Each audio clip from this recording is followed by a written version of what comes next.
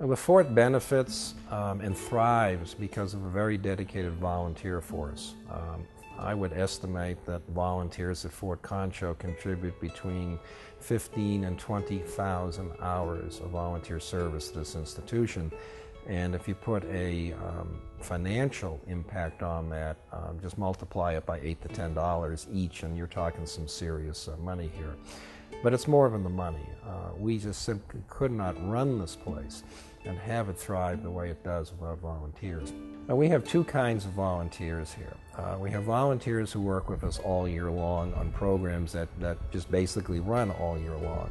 We have some wonderful people who do research and cataloging in our library and archives.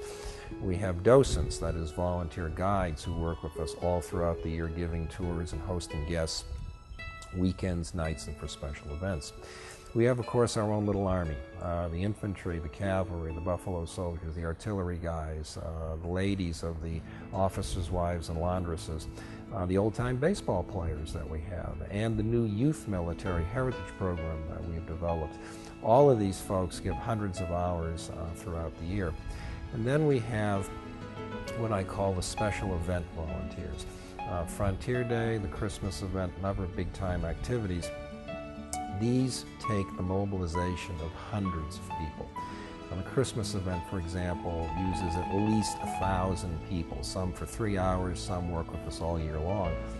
But when you come out to the Christmas event and you go up to the ticket booth and pay your money and get your change and get your program, and they say thank you for coming, that's a volunteer.